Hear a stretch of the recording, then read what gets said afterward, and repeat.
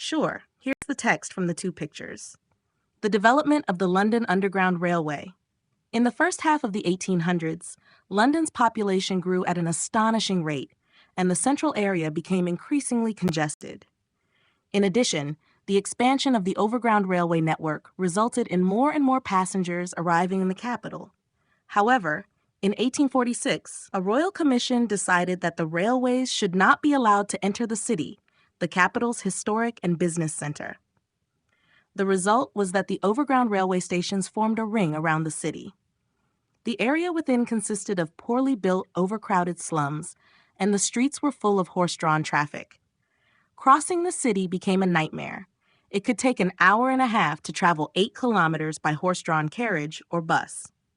Numerous schemes were proposed to resolve these problems, but few succeeded.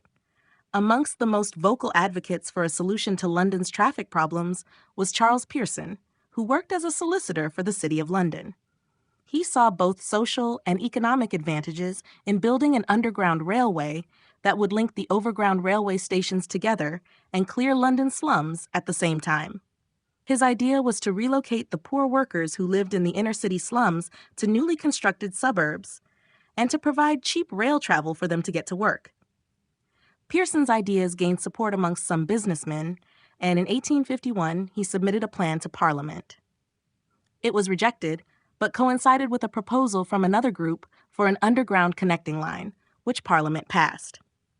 The two groups merged and established the Metropolitan Railway Company in August 1854. The company's plan was to construct an underground railway line from the Great Western Railway's GWR station at Paddington to the edge of the city at Farringdon Street, a distance of almost 5 kilometers.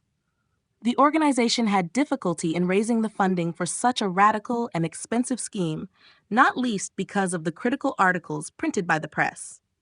Objectors argued that the tunnels would collapse under the weight of traffic overhead, buildings would be shaken, and passengers would be poisoned by the emissions from the train engines. However, Pearson and his partners persisted. The GWR, aware that the new line would finally enable them to run trains into the heart of the city, invested almost £250,000 in the scheme. Eventually, over a 5-year period, £1 million was raised.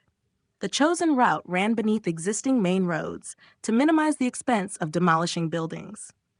Originally scheduled to be completed in 21 months, the construction of the underground line took 3 years. It was built just below street level using a technique known as cut and cover. A trench about 10 meters wide and 6 meters deep was dug, and the sides temporarily held up with timber beams. Brick walls were then constructed, and finally, a brick arch was added to create a tunnel. A 2-meter deep layer of soil was laid on top of the tunnel, and the road above rebuilt.